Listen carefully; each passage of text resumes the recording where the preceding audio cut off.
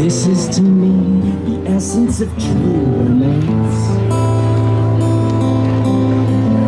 Sharing the things we know and love with those of my kind. Libations, sensations which stagger the mind. I crawl like a viper through these suburban streets.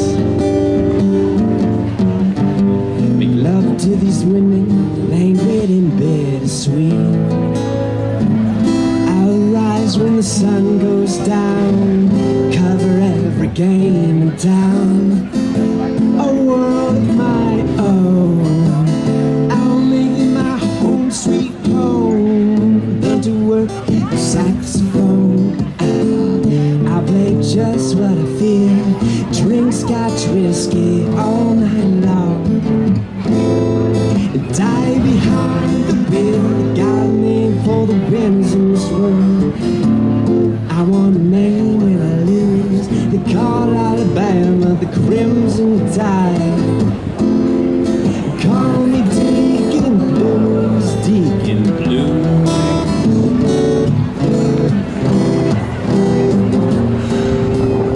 Hey art gang, it is James Kalm, and we're in Chelsea.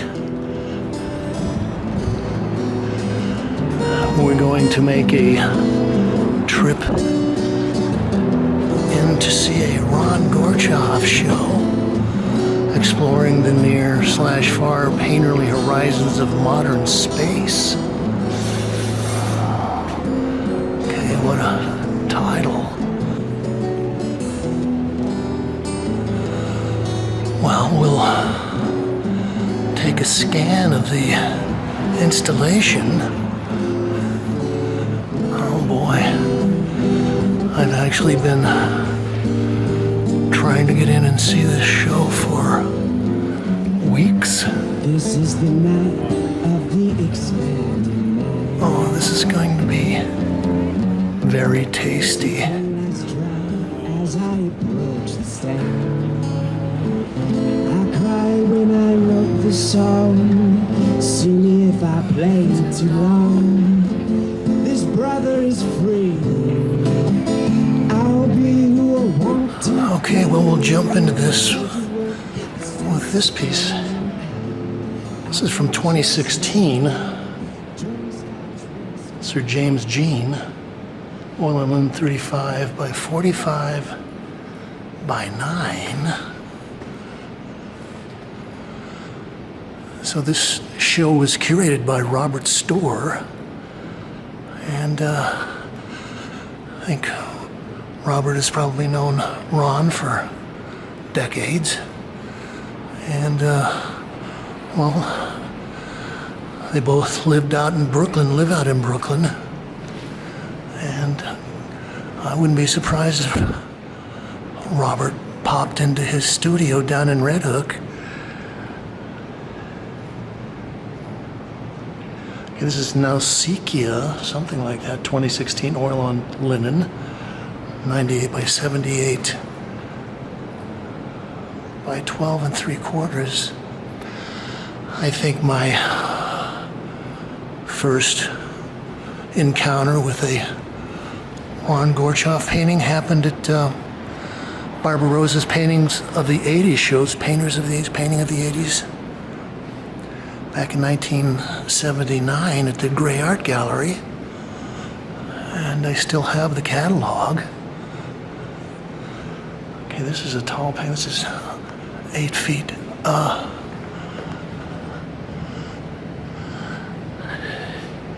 And although Ron may never have achieved the recognition of someone like Frank Stella, or even Morris Louis or Kenneth Nolan, I think there was always a group of hardcore fans that really appreciated what he was doing. Okay, this is an interesting piece.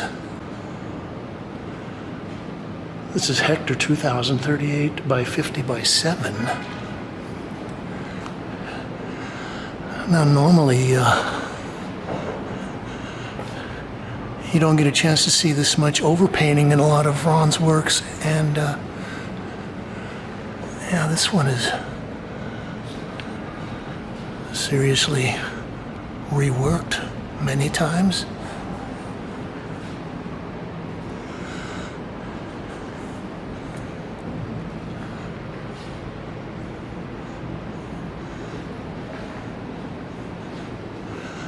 I think I've probably got at least 3 or 4 programs featuring Ron, and I know that after the Painting in the 80s show, he didn't get a lot of exposure. This is another interesting early piece.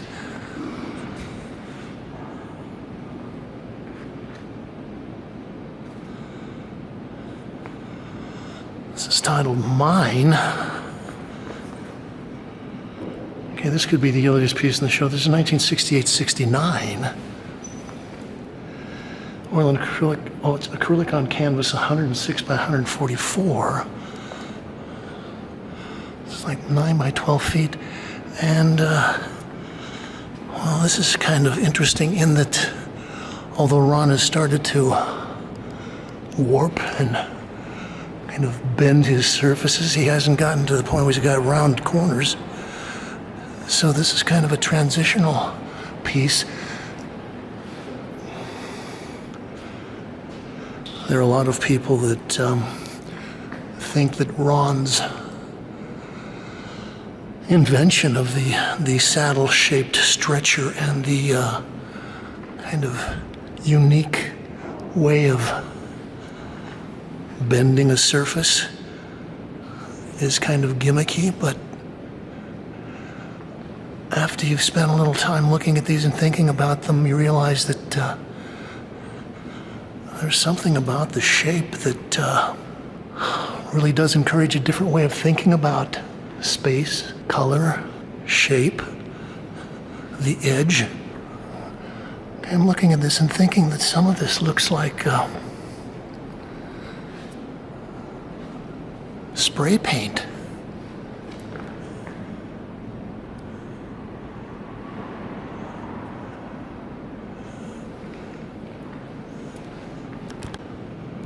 It's titled Life. 85 by 75 by 17 3/8.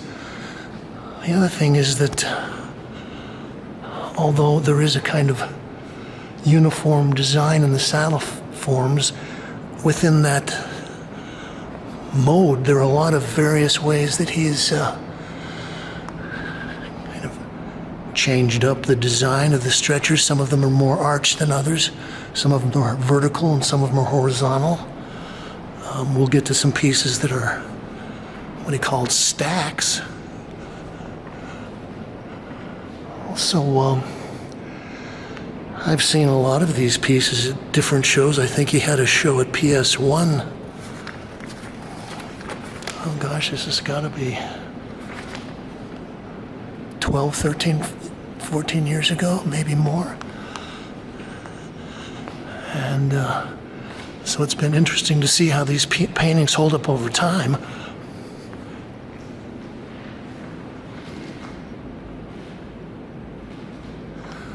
It's titled Samba.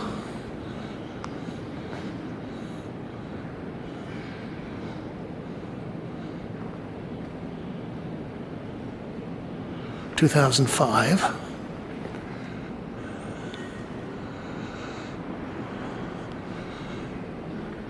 Well, I remember I was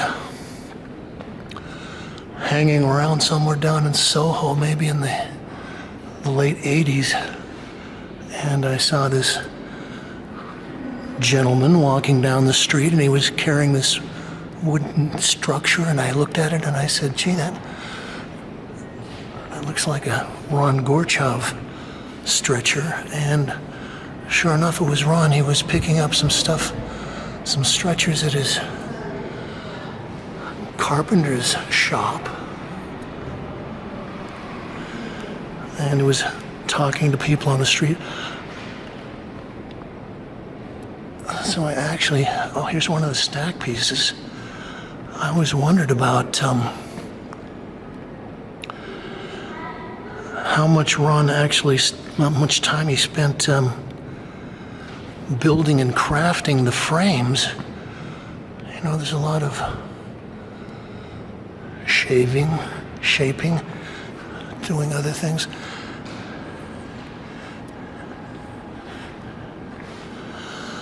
Also, I know that Ron had his studio down in Red Hook, not that far away from me in Brooklyn, and well, during Hurricane Sandy, which was 2013, I was down in the neighborhood doing some volunteer work, and well, I was kind of worried, so I pedaled over and looked up. Ron had a studio, I believe it was at the bottom of Henry Street, near the park and the Gowanus Canal and the Erie Basin. And I looked up, and fortunately he was on the second or third floor. I looked up and saw the lights on in the studio, so I thought, well, Ron was okay. He was still alive, probably in there painting. This is titled Jocasta. Well, and then this is 84 by 75.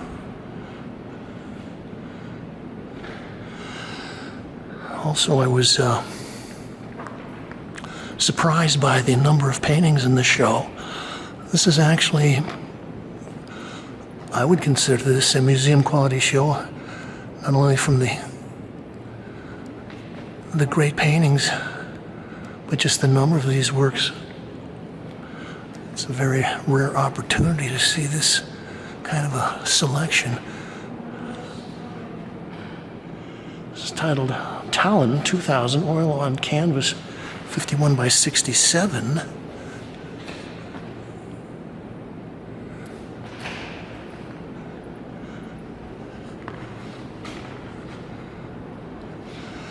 It's also interesting to see that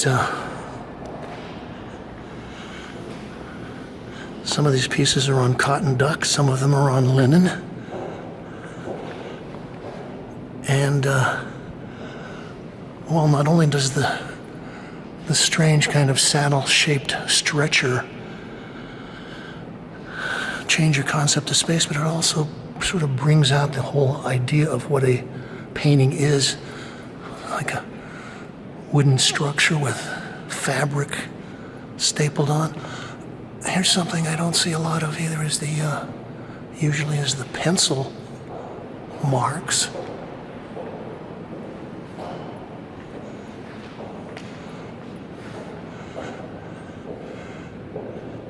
And I do think that there's an aspect to Ron's painting that really is color-based in the same way that, well, a Rothko or a Clifford Still would be based on color things, except, like I say, with the stretched surface, it kind of changes your perception. Also, yeah, Ron was a real connoisseur, a great chef of mixing his paint and using various kinds of solvents and washes and oils and resins. A lot of it is very dry. This is titled Spice of Life. Okay, so this is a horizontal 102.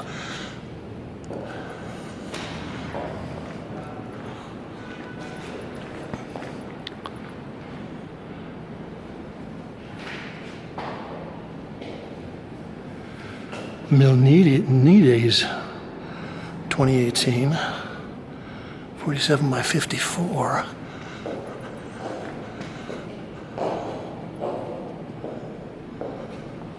Okay, and again we got some pencil line in here.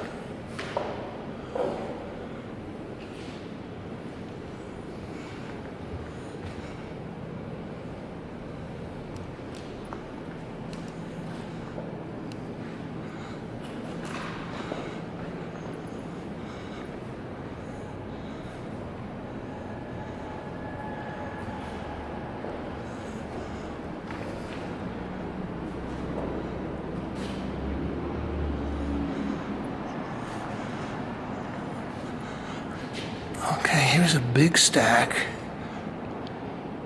It's titled Set 1971, Oil on Canvas.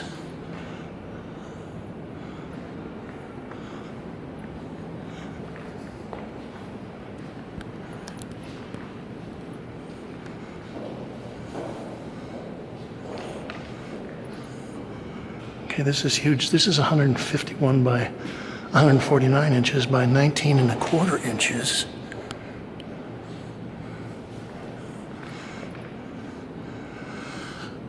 Okay, so even though each one of these panels is monochrome, there's a lot of stuff going on in each one of these, and those surfaces.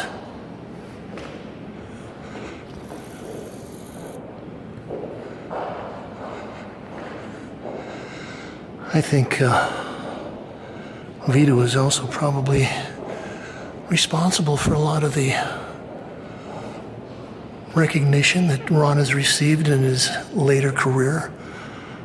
I think I may have seen this painting or another large stack piece at a show that Vito curated. Oh gosh, this has got to be almost 20 years ago, someplace down by Late Street, down by the entrance to the Holland Tunnel. Vito had a little pop-up space there and put on a beautiful show of Ron's.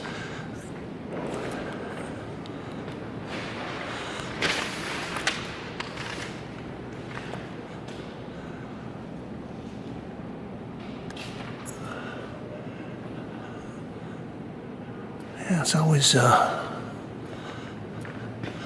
amazing to look at the hardware and the woodworking that goes into some of these.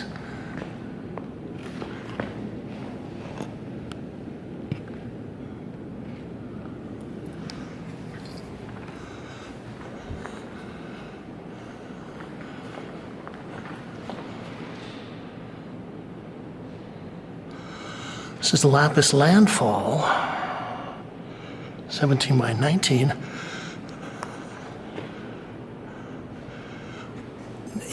Partially because of the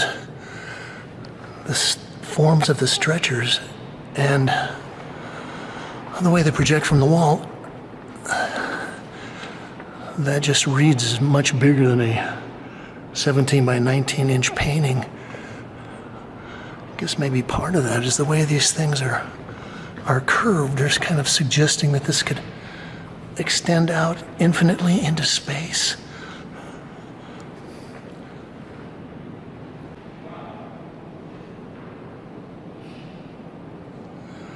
Hephaestus. This is 2017, Oil on Linen. I'll read a little bit from Robert Storr's essay. Sometime in the 1950s, the art critic and oracle of mid-century American formalism, Clement Greenberg, decreed that the essence of modernist painting was the flatness of the picture plane. It was an axiom of art that brooked no violations or compromises of any kind, although in subsequent decades, this infallible high priest felt free to qualify the law himself and even to downplay it. So much for the rigor of aesthetic ideology.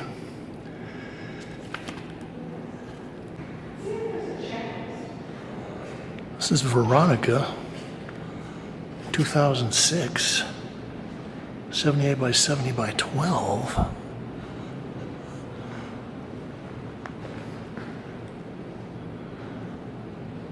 Oh, we got some more pencil line, or maybe that's charcoal.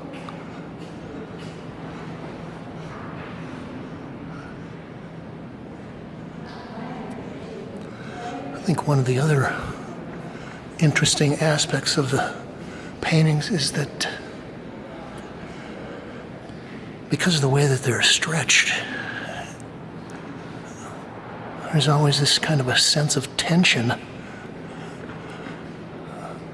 Everything is kind of pulled up tight like the string on a bow or a violin.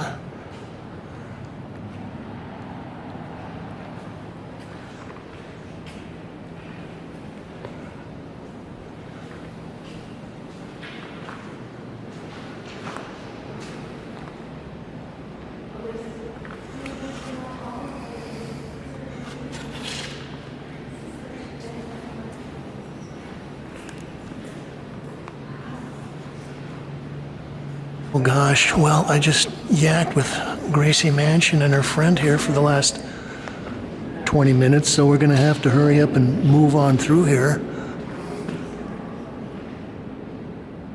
Silbo 2019, oil on linen.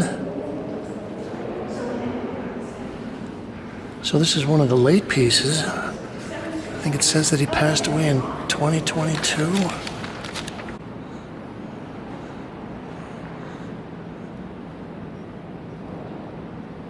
The Art, 1972, oil and canvas, 81 by 73 by 17.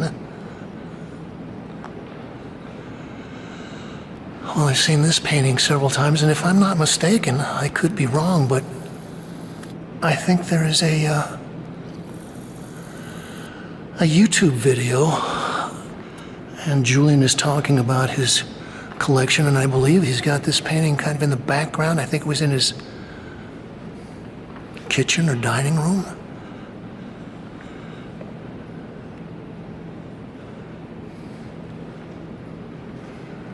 And as I was saying, I'm always interested in seeing how paintings age. There's something beautiful about the patina and the delicateness of a painted surface. Those are always interesting, the spiral crackles.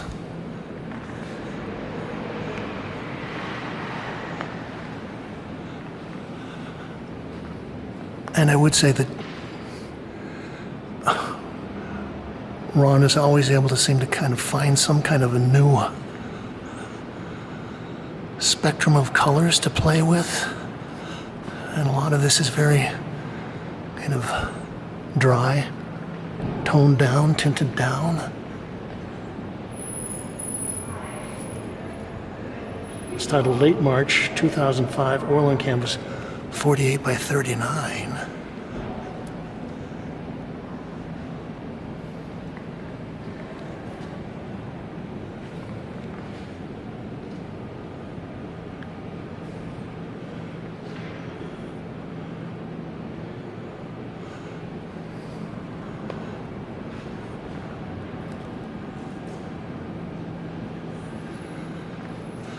Okay, let's go downstairs and see the rest of the show.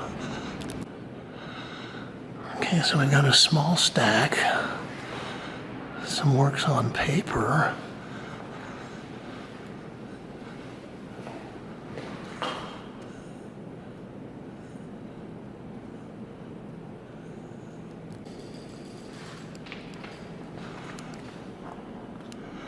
So I've got a couple of watercolors on handmade paper.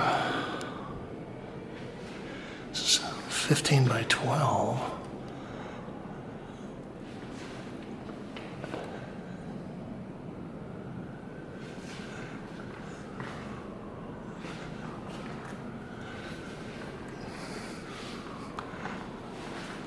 Some watercolor studies for the stacks.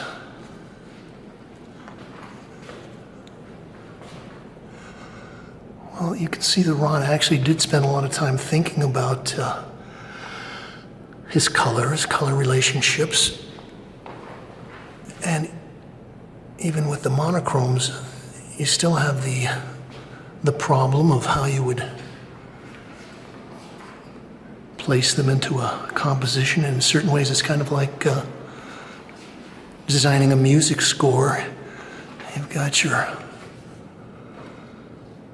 line of notes or tones, and what goes in between what, and where you would have coloristic gaps would be interesting.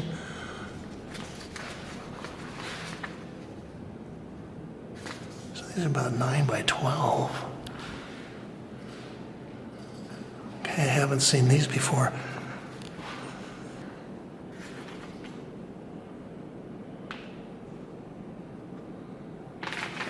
These are studies from 2013. Actually, that's kind of an interesting concept. You make a watercolor study of a painting that's actually a three-dimensional surface.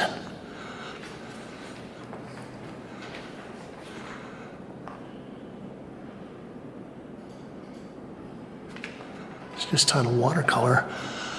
I was talking about how a lot of people commented about how a lot of Ron's paintings have kind of binary color things. And someone was saying that that was because he was very much influenced by John Graham, who late in his career started doing these portraits of women. And mostly they were women with crossed eyes or something strange. Some of them had knives sticking in their necks, stuff like that. Here's some of the catalogs.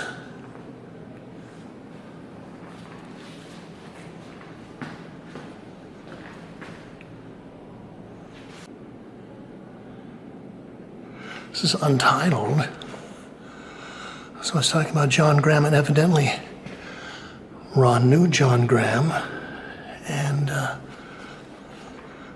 I guess this is back in the 50s. Had spent time hanging out with him, talking to him.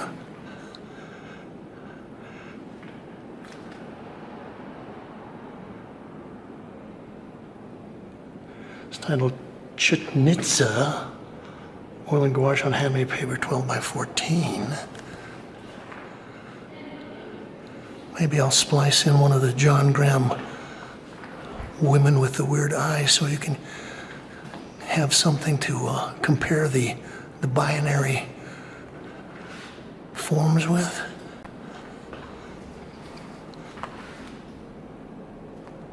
This is Morning, and so I've got some very nice handmade paper there. I was actually wondering if this was some kind of paper pulp pieces, but it's just painted on there. It's titled Study for Casino.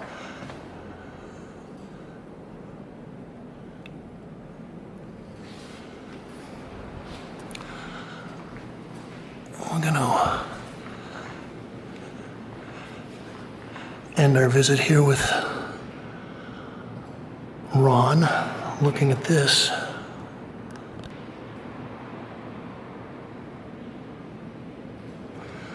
Acela. It's 2017 oil on linen, 77 by 35 by 9. You know, I think there's probably a lot more complex mathematical design going on with his stretchers than the average person would realize. And if you look at the lower panels on this piece, the arc and the bend is less, and it seems to increase as you go up the forms.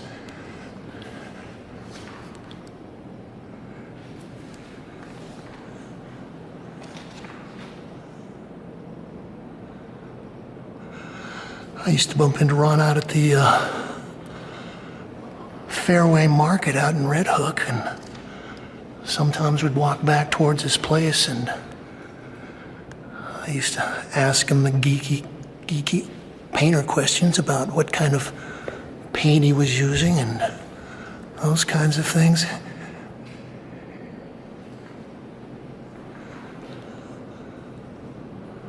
Okay.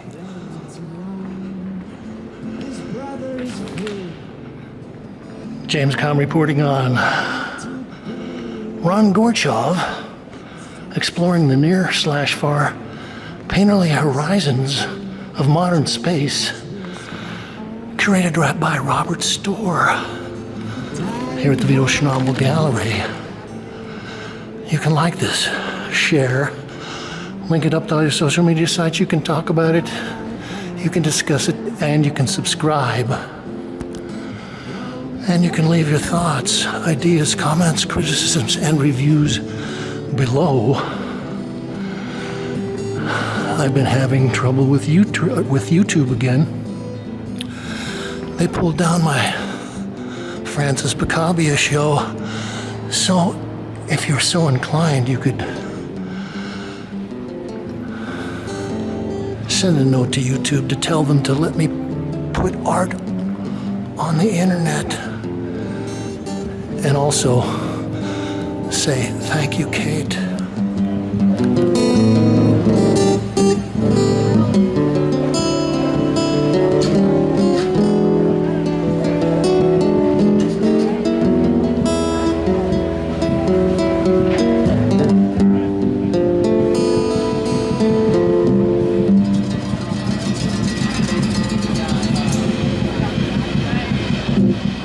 Nice. Thank you.